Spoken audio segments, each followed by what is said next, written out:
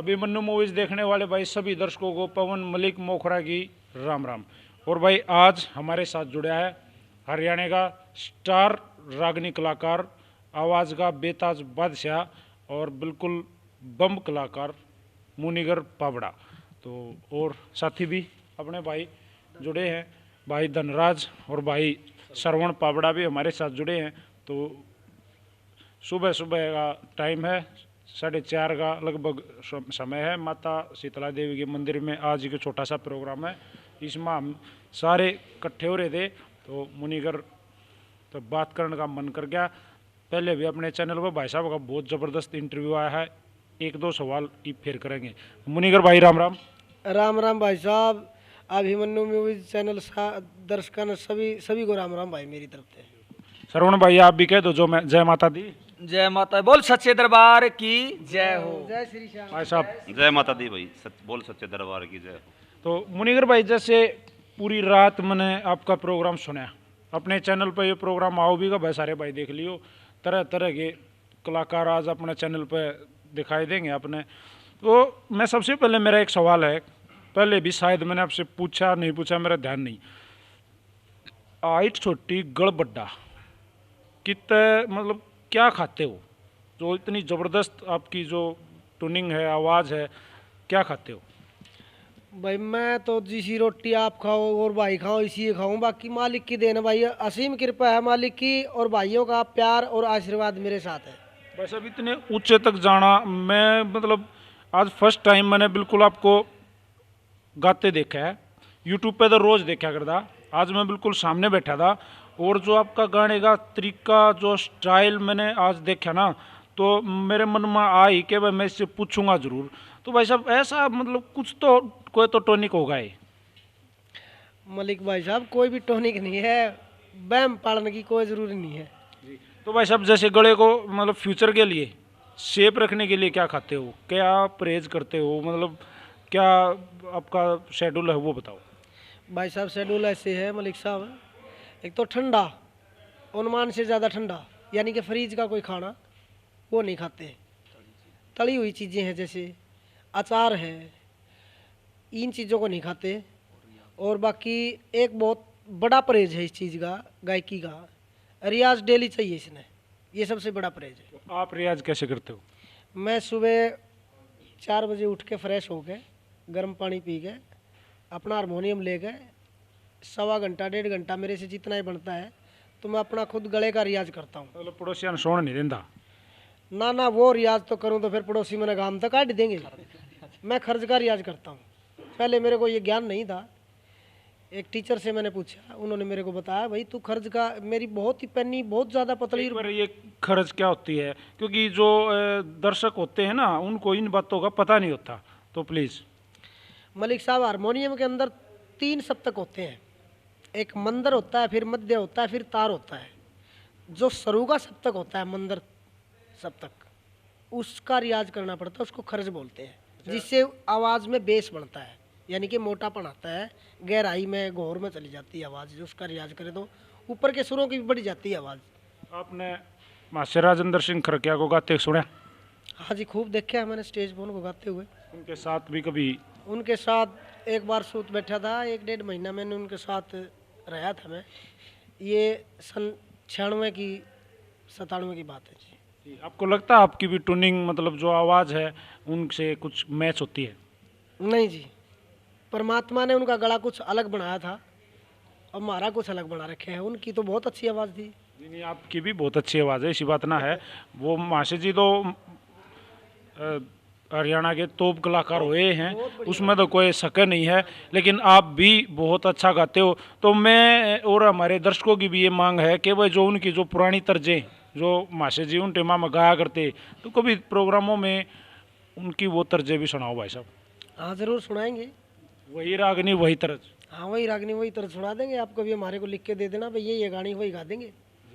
तो माशे जी जैसे जब रियाज करते हो तो भाई ये सोच के करते हो भाई मुझे ऊंचाई गाना है, ये सोच के करते हो? जी नहीं, बिल्कुल नहीं। कभी कभी मतलब अपने नीचे भी गाते हो, बोले छोटे स्केल में भी गाते हो कभी? बिल्कुल गाते हैं जी, बैठक का गाना अलग होता है, बहुत ही जितना नीचा सुर गाते हैं हम बैठक में उतना ही आनंद आता है। और ऊंचा गाना तो एक कैपेसिटी बढ़ाना है, रियाज रिहर्सल करनी है अपनी जितनी, जैसे कि कोई भी पहलवान कुश्ती डेली कुश्ती तो नहीं लड़ता, कभी कभार उसको कुश्ती लड़नी पड़ती, लेकिन वो डेली अपना जोर तो प्रैक्टिस तो खाड़े में ज़रूर करेगा। वही काम है, ये नीचा गाने का रियाज करना ज़रूरी है। कई जो आपके फैन हैं उनके मेरे पास कॉल आए कि आपका नंबर शायद उनके पास उपलब्ध नहीं होगा, तो मेरे पास फ़ोन करा कि भाई मुनिगर पापड़ा ने रंग काट करना छोड़ दिया कि रंग काट क्या होता है जी? रंग काट देखो, ये अलग नाम ही अलग दे रखा है रंग काट का। रंग काट कभी नहीं होता, जुगलबंदी होती है सुरों की। मैं उस रंग काट को नहीं मानता कि भाई मेरा उसने नहीं आवा उसका मन नहीं आवा, वो कोई रंग काट नहीं। सिंह फसाना नहीं मानते। हाँ, ये कोई रंग काट नहीं होता, बस अनसमझी में कई बार फंस गए। हाँ, करे आगे आगे तो हम जो गाने वाला जैसे कि बढ़िया गा रहा है, कोई भी धुन हमारे को भी आ रही है उसको भी आ रही है, वही गाएंगे।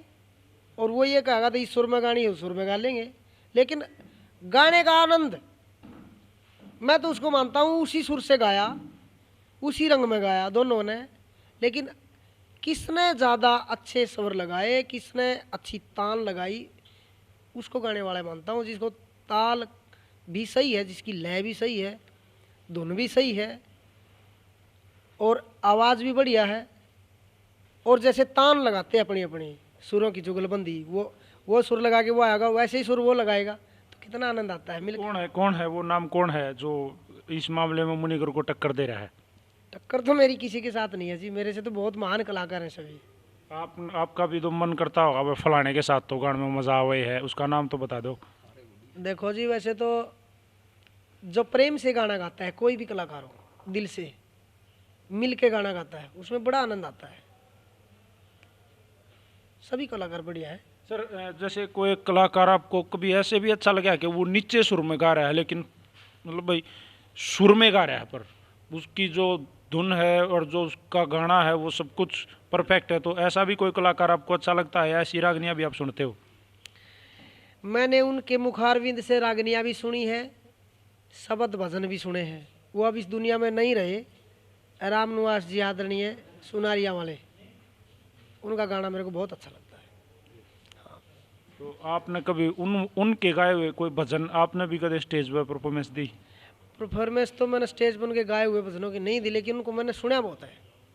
मैं उनके भजनों से, उनकी गायकी से बड़ा प्रभावित हूँ।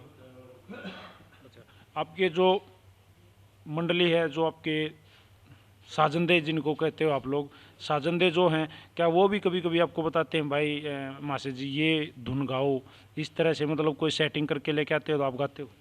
हाँ जी, बिल्कुल गाते हैं। गाते हो? हाँ, सर कान के हाथ मैंने कई कलाकारों से पूछ लिया, कान के हाथ लगा के गाना क्यों लगाते हैं कलाकार कान के हाथ?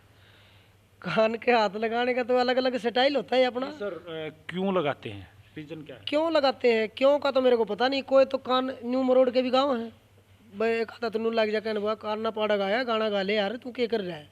तो अपना अपना स्टाइल है। बाकी कई बार क्या होता है, कान का हाथ क्यों लगते हैं, कई बार बहुत ज़्यादा ऊंचा चला जाता गाना, और गाने वाले को ये मतलब फील होता है कि भाई कभी कान का पर्दा न फट जाए। कई बार ऐसा भी मतलब दोनों हाथ लगा के गाना पड़ता है, बहुत ज़्यादा ऊंचा हो जाता है। आपने कहा आपने मास्टर जी की संगत करी कई साल, 4-5 साल लगभग, तो मास्टर जी भी दोनों हाथ लगा लिया करते कान्ना के? मास्टर जी कान्ना का दोनों हाथ लगा लिया करते, तो बहुत ऊंचा गाना होता, लेकिन उनका स्टाइल था, कई बार लगाया करते, वो एक बार नहीं। तो क्या ये स्टाइल बन गया कि आजकल कईयों को तो ये ही नहीं पता बा कान का हाथ लगाया क्यों जा, बस रागनी गानी है तो कान का हाथ तो लाना पड़ेगा, ये ऐसा नहीं कुछ? नहीं नहीं, ऐसा कुछ नहीं है। ये तो मतलब एक बड़ों ने, एक आधे कलाकारों ने जैसे भी अपना मतलब कोई भी स्टाइल छोड़ दिया तो उसकी नकल करने लग जाते हैं। हर एक कलाकार की मतलब अलग अपनी कोई अलग से चीज़ होनी चाहिए। हर किसी का कलाकार की मतलब ऐसी नकल नहीं करनी चाहिए जो कि मतलब।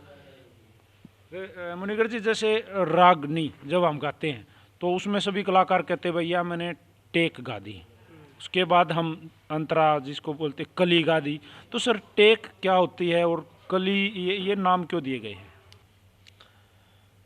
टेक क्या होती है, कली क्या होती है, एक आपको उदाहरण के तौर पे बताता हूँ मैं।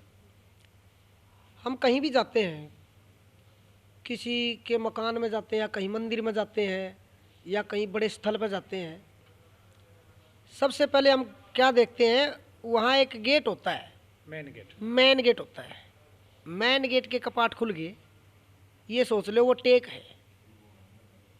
मेन गेट के कपाट खुल गए, वो मेन दरवाजा हो गया टेक। हाँ, बाहर लिखा होगा भाई शीतला माता मंदिर, तो उसके अंदर शीतला माता का ही सब कुछ है। हाँ, उसके अंदर जाने के बाद में तो पता नहीं क्या कुछ है। हाँ, वो जो मेन गेट है ना, वही टेक है ना, सोच लो। मासी जी, जैसे कई कलाकार मैंने गाते सुने, नाम दिया एक रागनी को बहरे तबील। हाँ जी। सर वो क्या होता है बहरे तबील, क्या है, थोड़ा सा बताओ, क्योंकि कलाकार तो कह देते हैं लेकिन जो दर्शक लोग होते हैं वो उसमें उलझ जाते हैं। भाई ये नाम तो दे दिया इनने, सर तो रागनी है, लेकिन इसको ये नाम क्यों दिया, वो क्यों है? वो जानकार है ना, जो बहर के जानकार हैं, उनको पता होता है वो क्या चीज़ होती है। थोड़ा सा बता दो ना, जो दर्शक भाई भी समझ जाए, अगर कोई सी गाँव है तो उन्हें ज्ञान हो जाए इस बात का। पहले जैसे कव्वाली होती थी, कव्वाली टाइप ही मतलब बहरे तबील एक तर्ज है, और एक नहीं है, वो दो प्रकार की हैं। दादा लक्ष्मी चंद जी ने बनाई है, बाकी और सभी कवियों ने भी बनाई है। जैसे कि रामायण में भी राधे श्याम बोलते हैं जी, कोई धुन को राधे श्याम भी होती है, उसमें बहरे तबील भी होती है, वो अलग होती है। लेकिन एक धुन अलग है जो बहरे तबील अलग से बनाई गई है, दादा लक्ष्मी चंद जियों की है। कई ढाल की हैं वैसे तो, रागनियाँ तो बहुत सी हैं, लेकिन दो प्रकार की ही बहरे तबील है। और कई भाइयों कहते 3 प्रकार की हैं। वो तीसरी प्रकार क्या है, ना तो वो सरू वाली यारी सही, ना वो दुबारे वाली यारी सही, उनको तोड़ मरोड़ के एक बीच की, यानी कि वो गानी नहीं आ रही, वो उसकी कंपोजिशन क्या ऐसी कंपोजिशन, उसको बिगाड़ तिगाड़ के उसका नाश करके उसका तीसरा रूप दे दिया। सर एक रागनी मैंने सुनी, कई सालों से मैं सुनता आ रहा हूँ, उसको नाम दे दिया 9-2-11 जी। मुनिगर पाबड़ा, बताइएगा क्या होता है 9-2-11? 9-2-11 एक फिल्म का नाम है जी, उस फिल्म से वो धुन उठाई हुई है। उस तर्ज का ही नाम 9-2-11 रख दिया। तो वो कॉपी है और उसका नाम 9-2-11 रख दिया, बस जो इसको गाओगा वो 9-2-11 का होगा। हाँ जी। तो सर गाना जो है, जैसे भाई लंबी लंबी तर्जें आ गई आज, जो कंपटीशनों में आजकल जो कंपटीशन होते हैं उनमें लंबी लंबी तर्जें, टेक जिसको आप कहते हो, लंबी टेक, कली का भी कोई और नहीं। सर उसके लिए क्या तैयारी करते हो आप? भाई कोई कलाकार गा भी दे तो आप उसको कैसे झेलोगे? वो तो झेलने का मन ही नहीं है हमारा, और ना गाने का ऐसा। वो तो एक अगले की इज्जत का गाहक होना, आपकी भी इज्जत खराब करना, दूसरे की भी करना, वो कोई को गाना नहीं होता। वो गाना मैं तो उसी को मानता हूँ, कंप्रोमाइज का गाना हो, बढ़िया गाना मतलब आगे वाले ने भी आता हो और सामने वाले ने भी आता हो। सर जैसे जो अपने पुराने जो कवि हैं, जो सर्वप्रिय हैं, सारे कवि जितने भी नाम हैं सबके, सारे बड़े कवि हैं। आजकल जो नए कवि हैं, कई कवि हैं जो बहुत अच्छी कविताएं लिखते हैं, तो क्या उनकी रागनी रागनी नहीं है क्या? प्रोग्रामों में बोल दिया जाता है भाई फलाने कवि की ये गाइए, हम तो उसके ही सुनेंगे, क्यों वो क्या लिखते नहीं क्या? लिखते तो हैं, अच्छी लिखते हैं, नए कवि भी अच्छी लिखते हैं। रचनाएं जो पुराने कवि रचनाएं रच गए, उनके बाद जितनी भी रचनाएं रची गई हैं नए कवियों द्वारा, वो सब उनकी छाया है। जैसे कि संज्ञा को तो आप जानते होंगे, सूर्यदेव की धर्मपत्नी थी संज्ञा, और उस छाया का पुत्र था शनिदेव महाराज। ऐसे ही मतलब संज्ञा की छाया है ये। नई कविताई जल्दी सी अच्छी कौन लग गए, जो कान्ना में मिश्री की ढाल घुल रही है ना, वो अच्छी लगेंगी, वो सदा ही गाएंगे। आजकल आप रोज़ प्रोग्रामों में जाओ, डेली कहीं ना कहीं किसी न किसी गांव में, शहर में, कहीं ना कहीं आपके प्रोग्राम होते रहे। आपको क्या लगता है आज की जनरेशन क्या सुनना चाहती है? आज की जनरेशन सुनना चाहती है नहीं कुछ भी। मतलब आप क्या कहना चाहोगे? मैं ये कहना चाहता हूँ, नई जनरेशन तो देखना पसंद करती है, यानी कि दर्शक ज़्यादा हो गए और श्रोता कम हो गए। देखना पसंद करते हैं, कोई डांस देख लिया, कोई भाई झांकी देख ली, बस ये चल रहा है आजकल। मुनिगढ़ जी का क्या ये प्रोफेशनल है? आपका घर क्या इसी से चलता है, रागनी गायन से ही आपका परिवार चलता है, ये क्या? कुछ ऐसा भी था, कुछ ऐसा नहीं भी था। आज का बताओ। आज का तो मैं फिलहाल तो मेरा यही प्रोफेशनल काम यही है। जैसे मुनिगर जी, हर कोई बिजनेस को आगे बढ़ाने की सोचता है, भाई आज मैं 100 कमाऊँ, तड़के में 200 कमाऊँ, 1000 तक जाऊँ, लाखों तक जाऊँ, करोड़ों तक जाऊँ। तो जैसे आपने बताया लोग देखना पसंद कर रहे हैं पब्लिक की, आपने भी नब्ज क्यों नहीं पकड़ी? आपने भी अपनी डांस पार्टी क्यों नहीं बनाई? 4 रागनी आप भी यहाँ वहाँ की गाते, आपके पास भी 2-3 नाचने वाली होती है, 1-2 लेडीज गाने वाली होती है, शायद पैसा ज़्यादा कमाते अगर यही आपका बिजनेस है तो। मैं आपको एक बात बताता हूँ मलिक साहब, बहुत सारी पार्टियां हैं, उनको कदे कोई बुरा माने भाई, सारे आप अपना काम करने लाग रहे हैं, अरे मारा दो बयान भी मुकदमा समझा रहे हैं, कदे को सिर पर चढ़ जा, ये आम सी बात है मुनिगर के लिए भी, भाई आप भी तो ज़्यादा पैसा कमा सको हो। हमारी विचारधाराएं कुछ अलग है और कलाकारों से हटके है थोड़ा सा। दुनिया में बहुत आते हैं, कोई तो जीने के लिए खाता है, कोई खाने के लिए जी रहा है। मैं खाने के लिए कभी नहीं जीता, मैं सिर्फ और सिर्फ जीने के लिए खाता हूँ। ये मेरी विचारधारा है, ये है जी। बस इतने में समझ जाओ, आप समझदार हो, बाकी श्रोता भी समझ गए होंगे। संगत भी ऐसी रही है जी। हमारी शुरू से ही संस्कार संगत ऐसी रही है, क्योंकि हमने कभी भी ये नहीं चाहा कि हाय धन नहीं। हमारी तृष्णाएं नहीं है, हमारी इंद्रियों पर काबू है, क्योंकि हमारे संस्कार ही ऐसे साधु संतों के पास रहे हैं शुरू से ही। तो भाई जैसा कि 2-4 सवालों के साथ हमारे साथ जुड़े थे हरियाणा के स्टार रागनी कलाकार मुनिगर पाबड़ा जी। बहुत ज़्यादा फैन फॉलोइंग है भाई साहब की आजकल, बहुत पब्लिक इनको सुनना पसंद करती है और गाते भी बहुत ज़बरदस्त हैं। तो आज 2-4 सवाल जैसा कि हमने मन में आए वैसे पूछ लिए, कोई तैयारी नहीं थी, तैयारी हम कदे कराया नहीं करा, जो कुछ मन में आ गया पूछ लिया। आज मुनिगर भाई से भी जो कुछ मन में आया पूछ लिया और उन्होंने जैसा भी था वो बेबाकी से जवाब दिया। अगले एपिसोड में ऐसे ही किसी खास शख्सियत को लेकर दोबारा से हाजिर होंगे। तो भाई Munigar, thank you very much, जो आपने सारी रात तो रागनी सुनाई, तड़के फिर मैं तना घेर कर बैठ गया। पवन भाई, ये सब माता रानी का ही आशीर्वाद है, उन्हीं की शक्ति है सब। और मेरे को ये थोड़ी पता था मैं माता रानी के शीतला माता के वहाँ चरणों में जाके सत्संग करेंगे और सुबह फिर हमारा इंटरव्यू होगा। ये तो माता रानी का आशीर्वाद है और आशीर्वाद है इन श्रोताओं का। ये प्यार ही हमारे को यहाँ तक खींच रहा है, मतलब हमने कौन जाना था। ये पब्लिक का प्यार ही हमारे लिए सब कुछ है, धन की चाहना नहीं। हमारे को आशीर्वाद और दुआएं मिलनी चाहिए, उसी के भूखे हैं।